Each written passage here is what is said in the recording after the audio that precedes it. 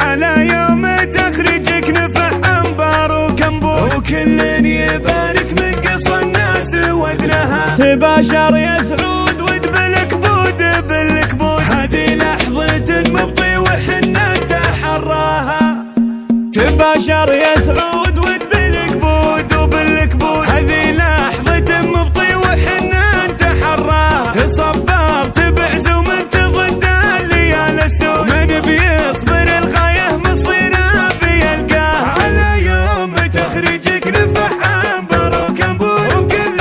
يبارك في قصى الناس واذنها تبين فرح مرمه تطلبك مردود تراك انت اللي تلقى منسبة تدعاها عسى الله يبارك لك ولا يضيع لك مجهود وفعل المناصب منصبك وانت علها ابوك عبد العزيز عنز على اسمه وترقى سنود وحوم بسما الامجاد لين انت علها مردد من الجدين والله يا لك جذود اراها يدري وصيتها يسبق اسمها وعمانك اللي ماخذين النعم بشهور رجال سنام المجد من تحت مركها حوالك عابده تفتك التايه المظهور رجال على الفزعات محد تعدها من العليه للفخر والكرم والجود حضيض اللي يكسب وده وكاسب الرياح من عاد الاحباب بنقول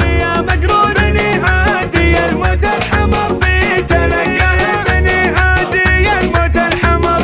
بيتلقاها تباشر يا سعود ودبلك بود وبالكبود هذه لحظة مبطي وحنا تحراها تصبر تبعز ومن تضد الليال السوء من بيصبر الغاية مصيره بيلقاها على يوم تخرجك نفح انبر وكنبور وكل